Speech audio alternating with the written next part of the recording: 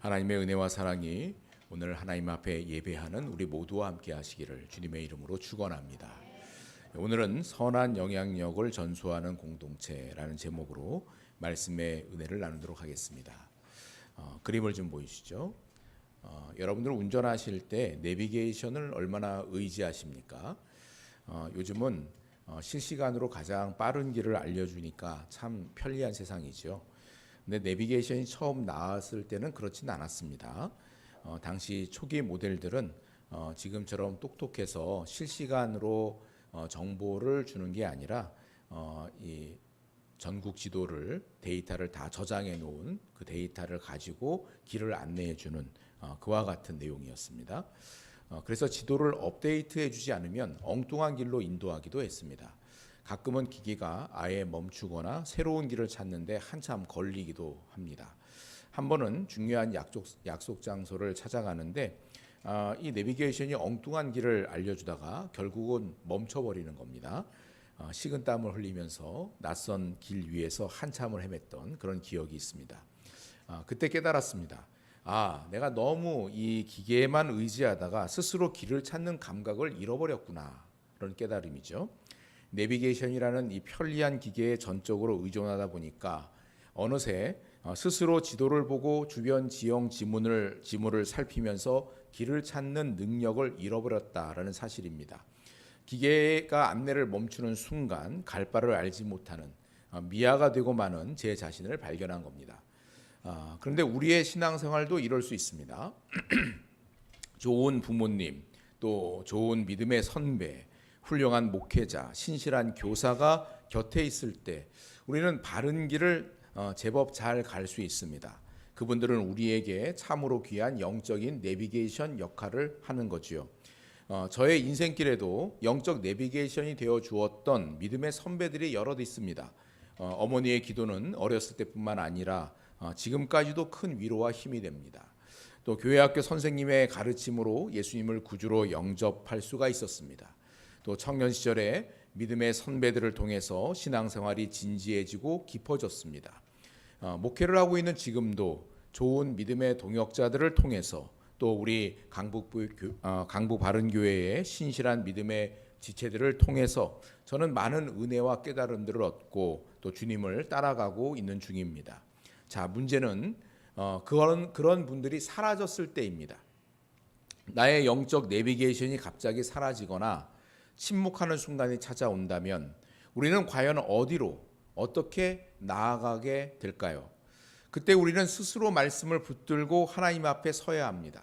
하나님은 우리가 누군가의 도움에만 의존하는 신앙이 아니라 그리스도의 말씀과 성령의 인도하심을 따라서 걸어가는 신앙으로 나아가기를 바라십니다. 오늘 본문에 등장하는 우시야 왕은 이 내비게이션 신앙의 한계를 우리들에게 보여준 인물입니다. 그의 형통과 몰락을 통해서 우리 신앙의 중심이 어디에 있어야 하는지 그것을 함께 살펴보고자 하는 겁니다. 우시야는 52년 동안 남유다를 다스린 왕입니다. 상당히 꽤 긴 기간 동안 그렇게 남유다를 통치했습니다. 그러나 열왕기와 역대기 기자들은 이 왕에게 매우 작은 공간만을 할애합니다. 열왕기서에서는 겨우 9절 이 왕에 대해서 그리고 9절 동안 설명하고요. 역대기는 오늘 우리가 읽은 말씀인데 좀 더 낫긴 합니다만은 23절을 할당하는 정도입니다. 반면에 유다를 30년 동안 통치한 히스기야 왕은 118절을 할애하고요. 25년 동안 다스렸던 여호사밧 왕은 102절을 할애를 합니다. 그것에 비하면 우시야의 52년 통치를 열왕기에서 겨우 23절에만 할애한다라는 것은 그의 통치를 거의 조명하지 않고 있다라는 것을 볼 수 있습니다. 그 이유는 그가 순종으로 시작해서 불순종으로 마감한 왕이기 때문인 겁니다. 우시야의 인생은 크게 두 부분으로 나뉩니다. 스가랴 제사장이 살아있는 동안 신앙의 지도를 받으면서 하나님께 잘 순종하여서 많은 복을 누렸던 시기가 3절부터 15절까지 나옵니다. 그리고 스가랴 제사장이 죽고 우시야가 교만해져서 하나님의 심판을 받아 나병을 앓다 죽은 이야기가 16절부터 23절까지 이어집니다. 이렇게 구성이 되어집니다. 성경은 그가 젊을 때는 하나님을 잘 섬겼다 이렇게 말합니다. 그런데 그가 강성해지자 마음이 교만해졌다는 겁니다. 그리고 성전에 들어가서 제사장만이 할 수 있는 향을 피우는 일을 하다가 하나님의 징계를 받습니다. 이건 단순히 잘못했다 수준이 아니라 하나님께서 정하신 질서를 무너뜨린 일이었습니다. 하나님은 왕과 제사장의 역할을 구분해 놓으셨는데 우시야는 자신의 권력으로 그 경계를 넘으려고 했던 겁니다. 이 일은 인간 왕의 한계를 보여주면서 오직 예수 그리스도만이 우리의 참된 왕이자 제사장이심을 미리 보여주는 그런 사건인 겁니다. 그리스도만이 우리를 대신해 하나님께 나아가실 수 있는 유일한 분이라는 겁니다. 그래서 우시야의 교만은 저도 놀랐습니다. 단순한 자만심이 아니라 내 힘으로 하나님 앞에 설 수 있다는 자기 의의 신앙을 보여주는 겁니다. 우리도 조심해야 되는 겁니다. 하나님 없이도 잘 살 수 있다는 생각이 바로 교만의 시작이 되는 겁니다. 우시야 왕의 삶이 극명하게 나누는 기준은 바로 제사장 스가랴라고 얘기했지요. 우리 4절과 5절을 같이 읽어보겠습니다. 우시야가 그의 아버지 마아샤의 모든 행위대로 여호와 보시기에 정직하게 행하며 하나님의 묵시를 밝히 하는 스가랴가 사는 날에 하나님을 찾았고 그가 여호와를 찾을 동안에는 하나님이 형통하게 하셨더라. 아멘. 우시야는 하나님의 묵시를 밝히 아는 스가랴의 영향을 받는 동안에는 정직한 길을 걸었고 그 결과 군사, 건축, 농업 등 모든 분야에서 하나님의 도우심으로 강성해질 수 있었습니다. 그의 명성은 애굽 변방에까지 미칠 정도였습니다. 우리도 신앙의 멘토가 되는 목회자나 혹은 신실한 믿음의 부모나 혹은 신실한 교사나 혹은 지체나 이런 사람들 곁에 있을 때 그들의 도움을 받아 우리의 믿음도 덩달아 뜨거워지고 또 순전한 믿음으로 신앙생활을 했던 그런 경험들이 있지 않습니까? 제가 청년이 되었을 때 당시 저의 모교회는 청년들에게 그리 큰 관심이나 지원을 하는 그런 교회는 아니었습니다. 한 번은 이제 청년부가 그 당시에는 토요일에 청년부 예배가 있었는데 지하에 있는 교육관에서 함께 예배를 드리는 시간이었어요. 청년부 예배, 이제 공 예배죠.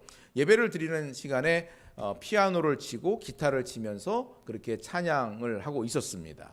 근데 그 교육관 옆에 당회실이 있었어요. 거기에 장로님 한 분이 오신 겁니다. 쫓아오신 겁니다. 와가지고 지금 회의를 하는데 너무 시끄럽다. 그러니 조용히 찬양을 해라 하고 엄포를 놓고 가시는 거예요. 그 정도였습니다. 그러니까 별로 뭐 그렇게 교회에서 청년들에게 별로 관심을 기울이지 않는 그런 교회였던 거죠. 그럼에도 청년부에는 좋은 믿음의 선배가 여럿 있었습니다. 청년부를 잘 세워보려고 노력들을 쉬지 않았고 우리가 믿는 하나님에 대해서 매우 진지했습니다. 당시에는 주일 7시에 저녁 7시에 저녁 예배가 있었잖아요. 저녁 예배 후에 끝나면 이제 집으로 가야 되는데 하루 종일 교회에서 뭐 봉사하고 낮에 예배 드리고 저녁 7시에까지 이제 예배를 드렸으니까 집에 가는 게 마땅하지 않습니까? 그런데 끝나고 나서 이제 어느 선배네 집에 또 모이는 거예요. 선배네 집에 모여서 독서 모임을 갖고 그리고 간식을 먹으며 신앙생활에 대해서 이런저런 삶을 나누고 그 교제를 했던 그런 추억들이 있습니다. 그런 좋은 선배들의 도움 속에 믿음이 자랐고 오늘의 나를 이루는 밑거름이 되었구나. 이런 뒤를 돌아볼 때 그런 생각들을 하게 됩니다. 자, 문제는 근데 여기 있습니다. 멘토는 영원하지 않다는 겁니다. 우리 16절 말씀을 같이 읽어보겠습니다. 그가 강성하여짐에 그의 마음이 교만하여 악을 행하여 그의 하나님 여호와께 범죄하되 곧 여호와의 성전에 들어가서 향단에 분향하려 한지라. 멘토가 있을 때는 형통했는데 멘토가 사라지자 교만하며 몰락하고 맙니다. 이 극명한 대비는 우리에게 도전을 주지요. 우리의 신앙은 다른 사람의 영향력에 기대어 머무는 그런 수동적인 신앙입니까? 아니면 스스로 하나님 앞에 서는 주체적인 그런 신앙입니까? 사람의 도움은 감사한 일이지만 결국 나를 붙드는 힘은 하나님께로부터 나옵니다. 때문에 우리는 멘토의 영향력을 넘어서 하나님 앞에 주체적인 믿음의 사람으로 자라가야 하는 겁니다. 할렐루야. 우시야가 무너진 이유는 스가랴가 없어서가 아닙니다. 그의 마음이 하나님께 깊이 뿌리를 내리지 못했기 때문입니다. 여러분, 외적으로 아무리 성공을 해도 내면에 하나님이 계시지 않으면 그 성공은 결코 오래 가지 않습니다. 신앙의 진짜 힘은 성령께서 내 안에 계신다는 그 확신에서 나오는 겁니다. 그래서 하나님은 우리에게 영적으로 홀로 서는 법을 가르치십니다. 그건 내 힘으로 서는 게 아니라 성령의 도우심으로 말씀 위에 서는 겁니다. 우시아의 실패는 바로 이런 영적 홀로서기의 실패에 있습니다. 멘토 역할을 하던 스가랴는 세상을 떠났고 우시아는 경제적으로 군사적으로 강성해졌습니다. 상황이 이렇게 바뀌고 보니 그는 은혜를 잊었고 교만이 싹텄으며 이 교만이 월권행위라는 불충실한 죄로 이어졌던 겁니다. 오늘 말씀은 지도자의 선한 영향력 아래 있을 때 하나님 앞에 홀로 서는 법을 훈련하지 않으면 신앙적 도덕적으로 타락하기 쉽다는 것을 우리들에게 경고합니다. 진정한 신앙은 타인에게 끌려가는 것이 아니라 스스로 말씀 앞에 서는 주체적인 훈련을 통해서 완성되는 겁니다. 이것이 바로 우리가 지속적으로 훈련해야 하는 이유인 겁니다. 자, 그러면 여러분, 훈련은 어떻게 하면 좋을까요? 여러분, 훈련은 어떻게 하면 좋을까요? 어떻게 하는 겁니까, 훈련은? 한번 따라해 봅시다. 그냥 합니다. 예, 그냥 하는 겁니다. 그림을 좀 보여주세요. 여러분, 아마 많은 분들이 이 영상을 보신 적이 있으실 겁니다. 피겨스케이팅 선수였던 김연아 선수를 방송 PD가 따라다니면서 밀착 취재를 하면서 연습하는 모습을 카메라에 담고 있었습니다. 그 모습을 담으면서 불현듯 이 방송 PD가 김연아 선수에게 물어봅니다. 연습할 때 무슨 생각을 주로 하십니까? 이렇게 물어보니까 김연아 선수가 했던 말이 있습니다. 생각은 무슨 생각을 해요? 그냥 하는 거지 하고 씩 웃었습니다. 이게 김연아 선수가 남긴 명언 중에 하나입니다. 아니, 생각은 무슨 생각을 해? 그냥 하는 거지, 이거예요. 그녀가 경기를 대하는 마음과 태도를 단적으로 보여줍니다. 하나의 결과에 연연하지 않고 자신에게 주어진 길을 묵묵히 계속 걸어가는 태도가 그런 좋은 결과를 만들어냈던 겁니다. 반면에 우리는 뭔가 하려면 걸리는 게 많습니다. 운동을 하려고 해도 입을 옷이 없네. 오늘 날씨가 좀 안 좋은데 비가 올 것 같아요. 나가서 운동을 해야 되는데 비가 올 것 같아서 오늘은 좀 접자. 공부를 할 때도 보면은 그냥 하는 법이 없죠. 계획표를 잘 세워야지. 평소에는 세운 적도 없던 계획표를 그날따라 아주 치밀하게 세웁니다. 그러느라고 하루를 다 보내죠. 책상 정리도 꼼꼼하게 다 자리 위치를 찾아야 돼, 다 놔야 되고요. 책꽂이에 책도 이 키높이에 맞춰가지고 착착착착 정리가 되어 있어야 됩니다. 포스트잇이 없네. 문방구에 가서 사와야지. 뭐 거추장스러운 게 한두 가지가 아닙니다. 그래서 우리가 공부를 못했던 거예요. 그렇죠? 그냥 해야 됩니다. 따라합니다. 그냥 해야 됩니다. 네, 더우나 추우나 하고 싶은 마음이 들던 안 들던 시간을 정해 놓았으면 그냥 하는 것이 훈련입니다. 그렇게 꾸준히 할 때 어느 순간 빛이 나고 숙련이 되고 달인이 되는 겁니다. 말씀 묵상하는 것도 시간과 장소를 정했으면 그냥 하는 겁니다. 예, 자, 지금부터 훈련할 건데요. 맨 마지막은 그냥 하는 겁니다예요. 같이 따라 하셔야 됩니다. 새벽 기도를 하기로 했으면 더우나 추우나 좀 늦게 자나 일찍 자나 그냥 하는 겁니다. 바른 뜻 성경대학을 봄 가을에 열잖아요. 열리는 강좌를 살펴보고 하나는 참석한다는 마음으로 그냥 하는 겁니다. 주일을 성수하기로 마음을 먹었으면 그냥 하는 겁니다. 예, 그런 거예요. 그게 훈련입니다.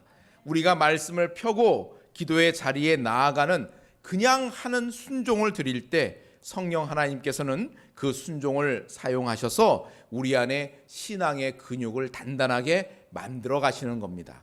우리는 하나님의 은혜에 순종하여 그냥 하는 겁니다. 예, 그렇습니다. 자, 이렇게 그냥 할 때 성령의 도우심으로 어느 순간 우리의 신앙이 자라있고 또 굳건해지는 것을 깨닫게 되는 겁니다. 이런 훈련들은 하나님이 우리를 만나주시는 통로이자 우리의 믿음을 자라게 하는 방법들입니다. 이런 훈련들을 통해서 우리는 신앙의 근육을 키우며 성령의 인도하심에 기쁨으로 순종하는 그런 영적 홀로서기를 하게 됩니다. 이런 훈련이 우리를 지켜주는 영적인 내실입니다. 더 나아가서 우리는 단지 스스로 서는 것으로 만족해서는 안 됩니다. 앞선 세대에게는 더 큰 책임이 있는데 바로 다음 세대를 세우는 겁니다. 먼저 세상을 떠났던 제사장 스가랴가 자신이 떠난 후 망가지고 망해가는 이 우시야를 보았다면 얼마나 마음이 아팠겠습니까?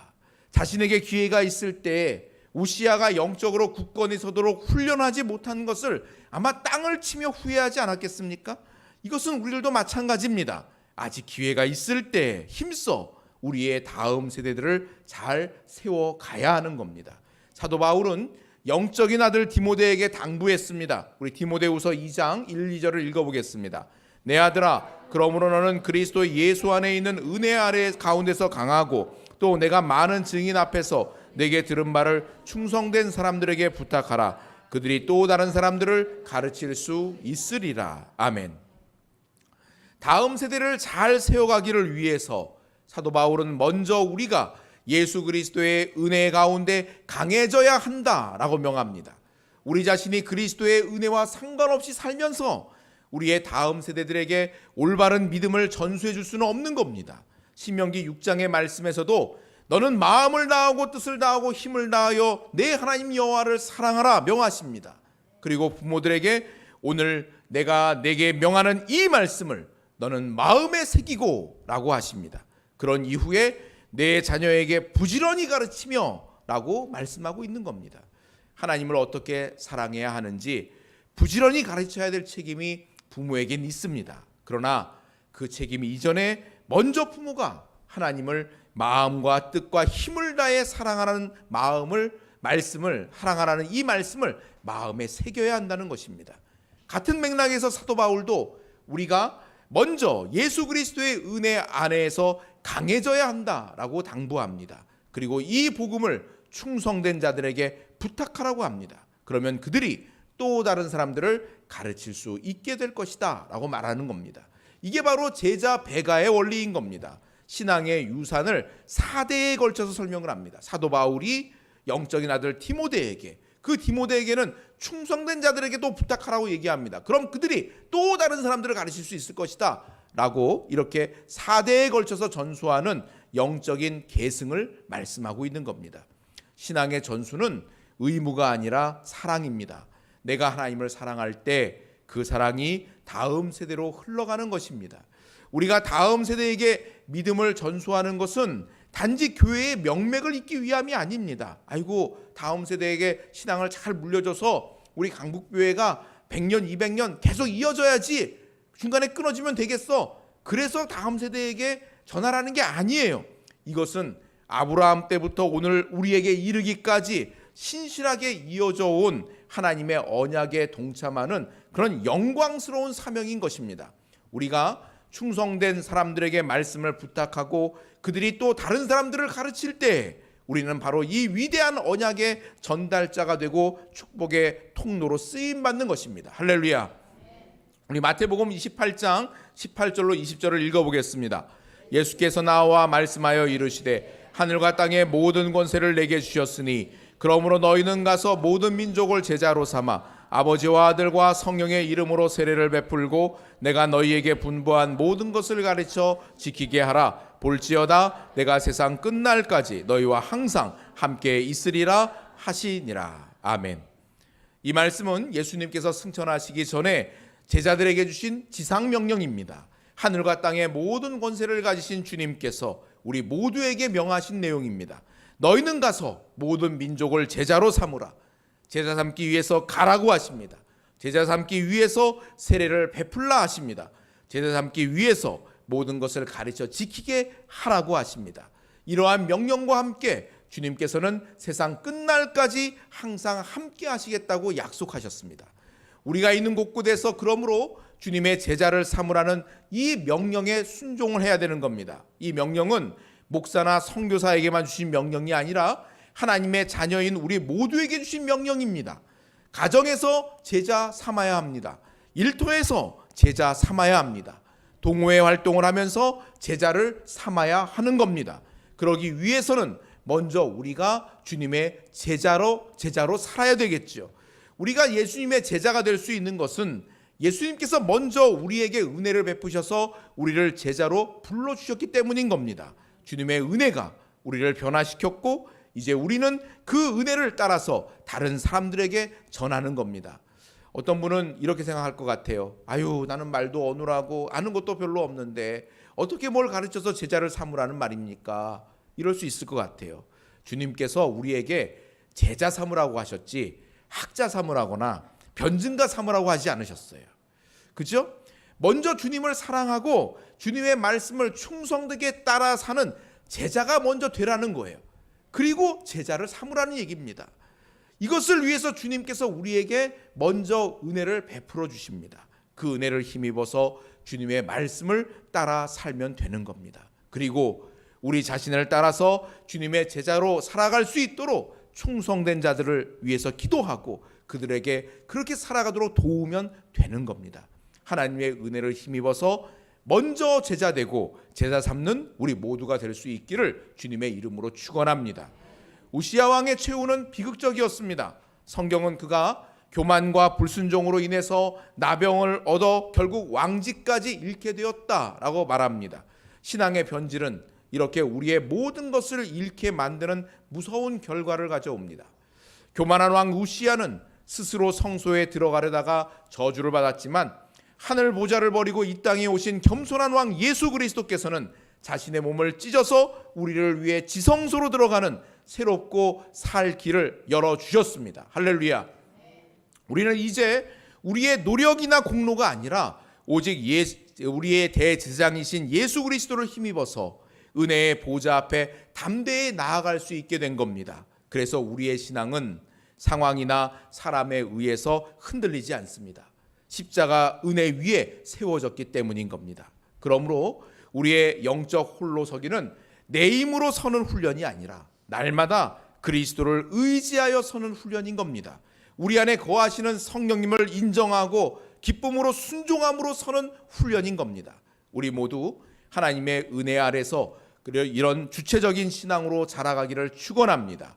멘토의 가르침을 따르는 것, 순종을 넘어서 멘토가 없는 자리에서도 말씀 앞에 홀로 설 수 있는 훈련된 성도가 될 수 있기를 바랍니다. 더 나아가서 주님 다시 오실 때까지 이 신앙의 유산을 충성되게 전수하는 그런 공동체의 사명을 잘 감당할 수 있기를 바랍니다. 그러할 때 하나님께서 우리의 가정과 일터와 교회에 변함없는 은혜를 주셔서 형통하게 하실 줄 믿습니다. 이 은혜와 복으로 충만해지는 저와 여러분 다 될 수 있기를 주님의 이름으로 축원합니다. 아멘. 기도하겠습니다.